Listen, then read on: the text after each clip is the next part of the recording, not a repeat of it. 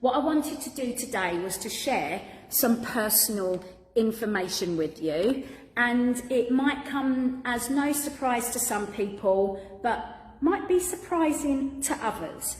So, as a child, I went through lots of trauma. I grew up in 3 domestic violence households. I saw, I witnessed, or I had done to me mental abuse, physical abuse, sexual abuse, hunger, and all of that had a massive impact on me. I'm going to keep this short and sweet.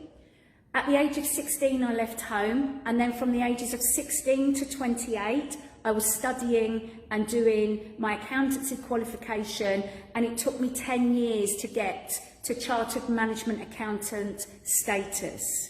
When I got that under my belt, I thought, what next? Because it was all consuming for me to get that qualification, to get a roof over my head, and to get married. All of that happened in that period of time. But what I also did was lock down what happened to me as a child. But it had impacted me over all of those years, but I just didn't know it at the time. I suffered from bulimia, I suffered from low self-esteem, perfectionism, I didn't trust anyone, and the list just goes on and on.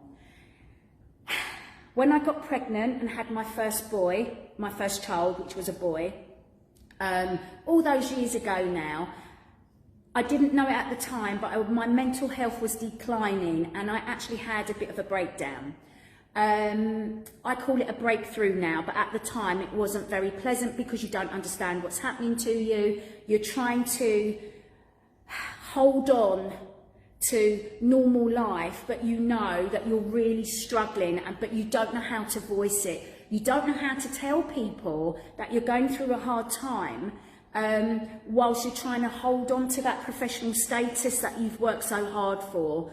And you don't want anyone to judge you, and you don't want anyone to think that you can't do your job. You don't want anyone to think that you can't be a good mum, and you just don't want that judgment. So you really try hard to mask and to keep moving.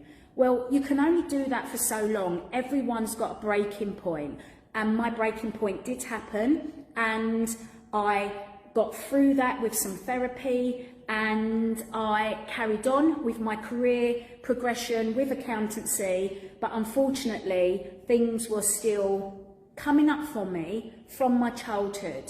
So where does that leave me today? I'm 51, and because I bottled all of that up and boxed it up and put it away in my brain, the impact is still coming out. So I had my first child. It then took me a couple of years to get pregnant, to have my second child, and that was because of my body was in this constant motion of stress and overwhelm that my periods actually stopped, and I couldn't get pregnant because without your period you can't get pregnant. So I had to try and de-stress my body. I had to look into what was causing my body to be in the stress and overwhelm that it was in. So that's when I decided that accountancy was no longer for me in the form that I was doing it, and I became a health and wellness coach. It didn't happen overnight. I had to look into it. I had to find the finances to do it. And I went from this, as I said, a very well-paid career that I could no longer cope with, to health and wellness, and I had to start on the bottom of that ladder. The bottom of the ladder, exercise to music, and then I acquired all different qualifications over the years, and I specialised in mental health, trauma, and just getting that body moving, stress management, de-stressing the mind and the body, because when you go through multiple traumas, your body truly holds on to what you've gone through. And unless you deal with all of that, it will stay in that mode. So you have to deal with it. So long story short, I know I keep saying that, but there's a lot to this story.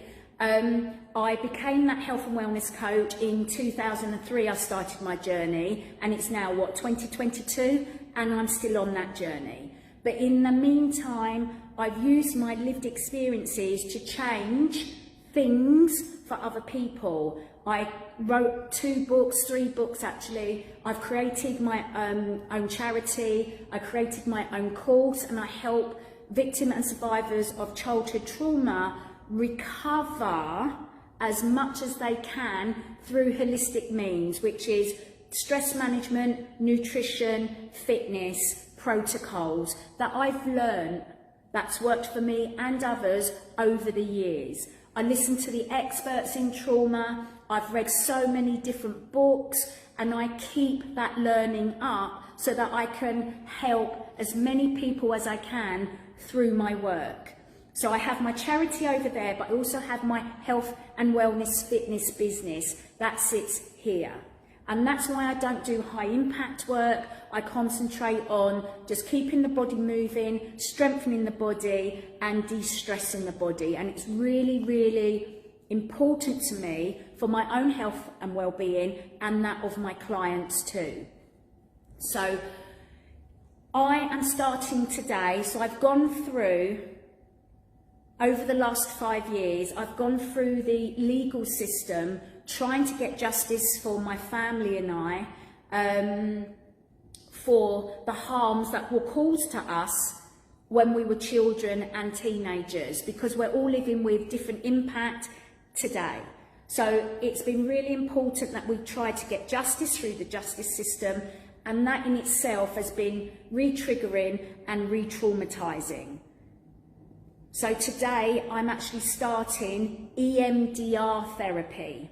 So throughout my 30 years of what I would call recovery and trying to move on from all that childhood trauma, I'm now starting EMDR therapy today, and I haven't got a clue what it's about. I can't wait to find out what it's about, and I want to just share with you that going through therapy to help you move on with your life, there is no stigma attached to that. Some people think there is, but I want to share with you that I consider myself to be a very knowledgeable person, a very with it together person, yet I'm going into another lot of therapy because I know that I need it, and I know that in order to move forwards, I need this block of therapy that I'm actually going through. So last week I shared with you that I was going to do a couch to 5K, something for me, something to get involved in. I used to run marathons, I used to do 10Ks, I used to do running, and running was my way of coping and grounding myself into just getting through my everyday. Unfortunately, I ran too much. I probably ran with the wrong movement pattern, and that over the years, along with everything else, the trauma that I went through, ended up with 2 hip replacements, which I now have to look after. So I decided that couch to 5K, even though I wanted to do it and I love running, was no longer for me. I shouldn't be doing that. So I decided, for me, on reflection, not to do that any longer. And since I've stopped doing that, my foot, that plantar fasciitis that I was experiencing, has now really settled down, it's calmed down, and it's enabled me just to keep up with my normal fitness, my HIIT, my LIT workouts, my strength workouts, my Pilates workouts. So that is what suits my body, and that's what I need to continue with. Now, if any of you have been in therapy or experiencing therapy at the moment, you know there's lots of highs and lows. You know that you go to your therapy, you offload, you do something, you disclose or share some information with the therapist, and then you need processing time to deal with that. So not only do you have to prepare for your session mentally and physically, you have to then do your session, which is often very emotional, and then afterwards you feel tired, you feel like, sometimes you feel like you've literally been hit by a brick. So you need some downtime, you need some quiet time, you need processing time. So it's not just the hour of therapy, it's the planning, the prepping, the therapy, and then the processing time afterwards. So I'll let you know how I get on with my EMDR. It might not be for me, who knows? But I'm going to do it because I feel right at this point in my life, there's so much I need to let go of in order for me to feel free, in order for me to move forward. So no judgment.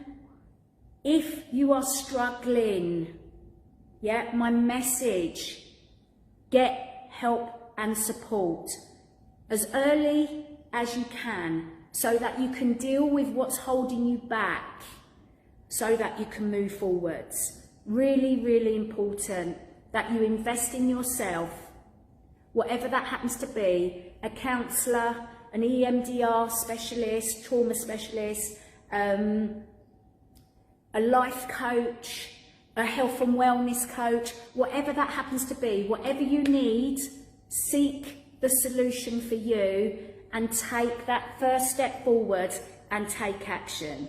So I know it's a bit of a long live today, but I just wanted to be open, honest and transparent with you, and some of you may need to hear this today.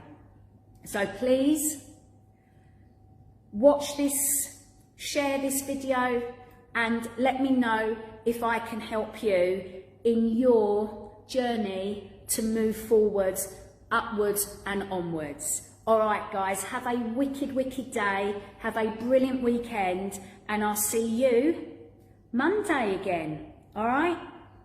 Thank you. Please comment, message me, share.